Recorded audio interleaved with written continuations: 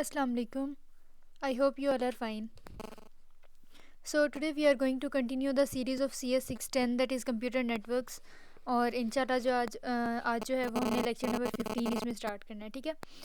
अच्छा, अब सबसे पहले टॉपिक देख के आपको पता चल गया कि इस चैप्टर में आपने करना क्या है, that is we have to study switches and वैन टेक्नोलॉजीज़।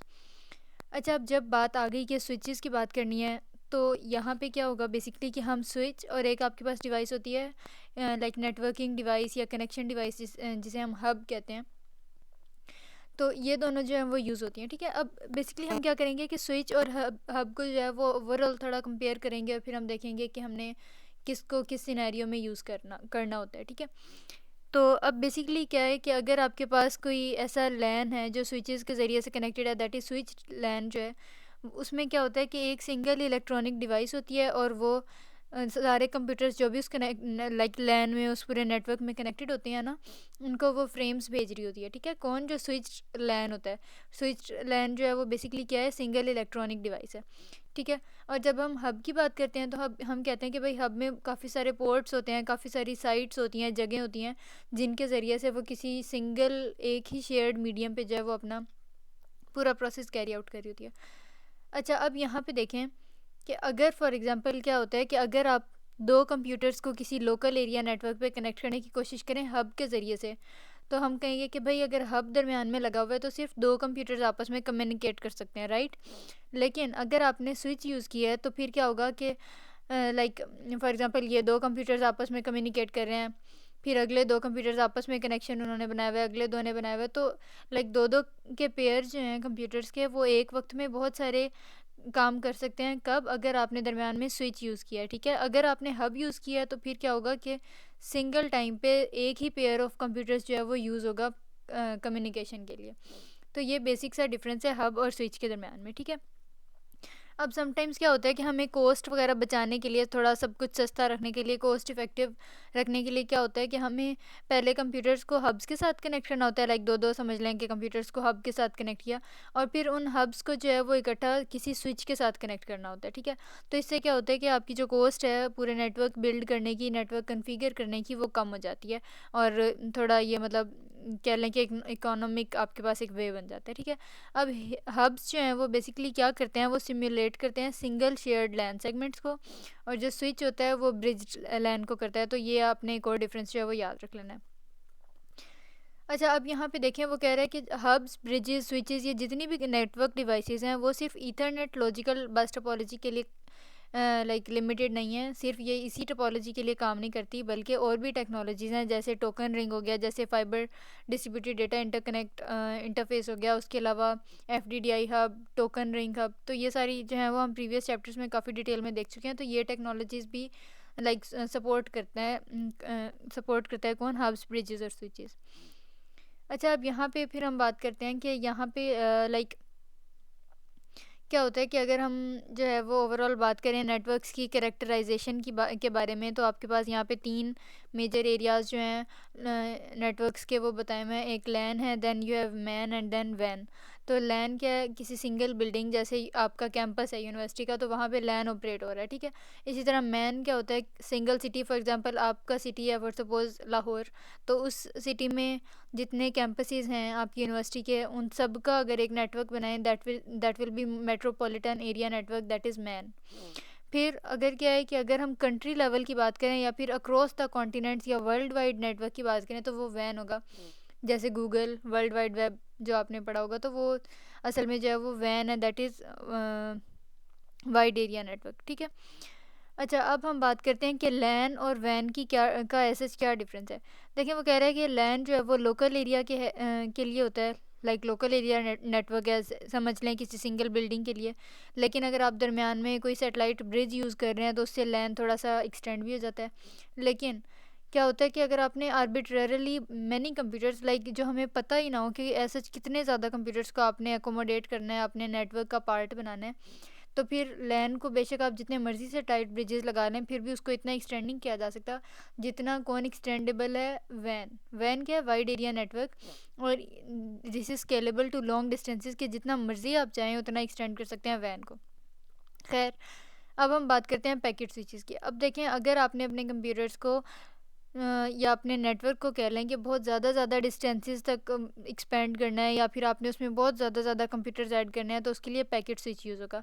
पैकेट स्विच को पैकेट स्विच इसलिए कहते हैं क्योंकि जितने भी उसमें स्विचेस लगे होते हैं ना, समझ लें तो हर स्विच जो है ना वो एक कंप्लीट पैकेट को एक कनेक्शन से दूसरे कनेक्शन पे मूव करवा के लेके जाता है, इसलिए इसको कहते हैं पैकेट स्विच। अब अगर आपसे एमसीक्यूज़ में या शॉर्ट क्वेश्चंस में पूछ लिया जाए कि पैकेट स्विच के मेन पार्ट्स कौन कौन से हैं, या आपको कुछ पार्ट्स रैंडम नेम्स दे दिए जाएँ और कहा जाए कि बताओ पैकेट स्विच इनमें से किन किन पार्ट से मिलके बना है, तो आपने कहना है कि भाई जो पैकेट स्विच है this is basically composed of a small computer. अब एक छोटा सा कंप्यूटर होता है जिसमें कुछ नेटवर्क इंटरफेसेस होते हैं, एक मेमोरी होती है, ठीक है, और उसके अलावा एक प्रोग्राम होता है जो program like packet switching function के लिए अलग से हमने डेडिकेट किया होता है, अलग से हमने उसको सेव करके रखा होता है, ठीक है। तो ये तो है मेन पार्ट्स।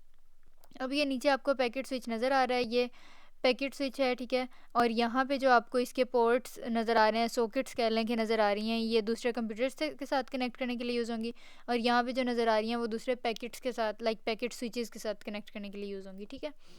ये भी आपने डायग्राम एक बार आपने देख लेनी है।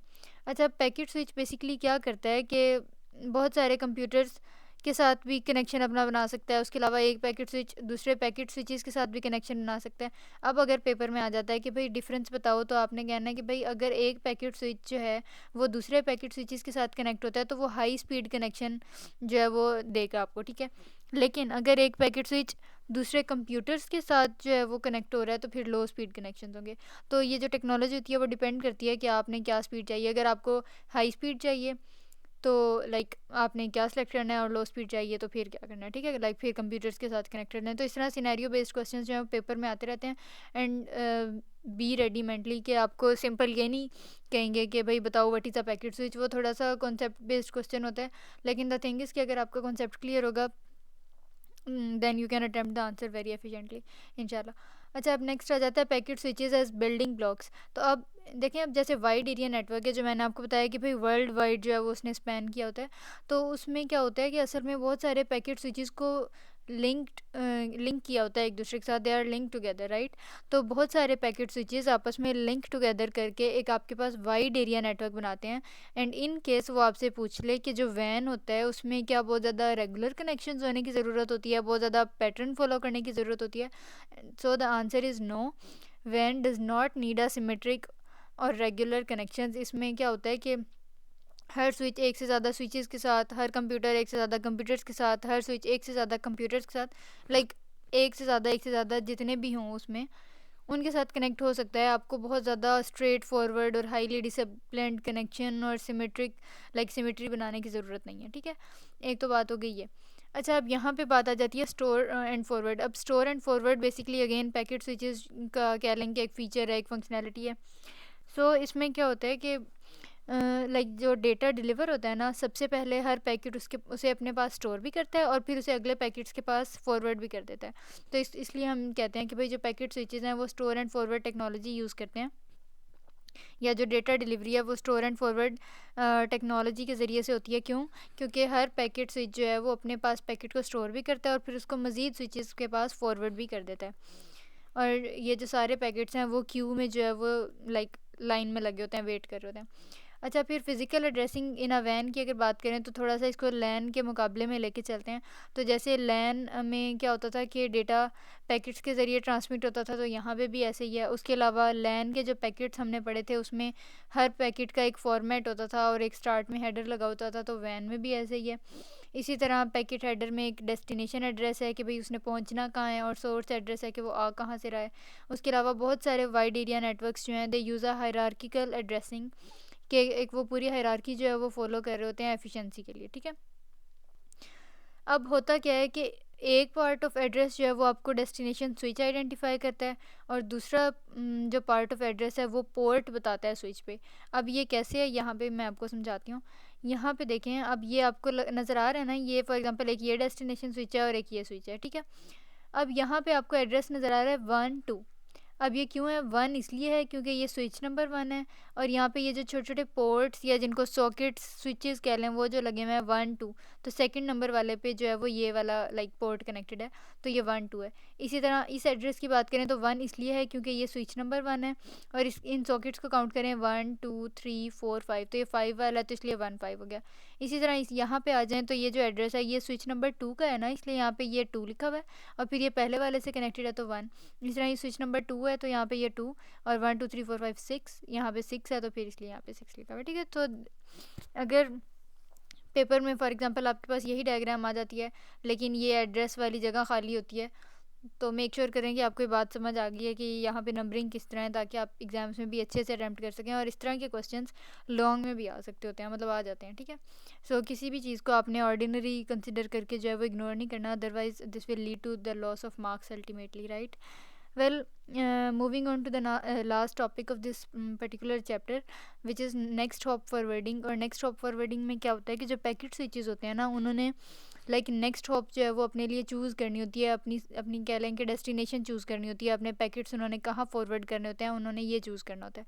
अब यहाँ पे दो केसेस हैं इस चॉइस के।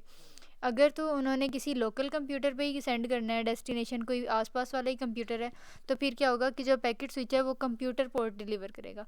इसी तरह अगर जो डेस्टिनेशन है वो किसी और स्विच के पास उसने डेटा भेजना है, तो फिर पैकेट स्विच जो है वो लाइक क्या फॉरवर्ड करेगा, कनेक्शन किसी और स्विच को फॉरवर्ड करेगा। अगर लोकल कंप्यूटर है तो वो with in the computer forward करेगा, और अगर कोई और स्विच है तो फिर वो अक्रॉस द स्विच, मतलब स्विच बाय स्विच जो है वो मूव करेगा। ठीक है, तो अब ये चॉइस जो है किसी और स्विच की, अब वो किस चीज़ पे डिपेंड करती है कि आपके पास जो पैकेट है उसमें क्या एड्रेस है डेस्टिनेशन का, तो फिर उस हिसाब से जो है वो अगला पैकेट स्विच सेलेक्ट हो जाता है। ठीक है, so this was all about lecture number 15 of CS610 that is computer networks.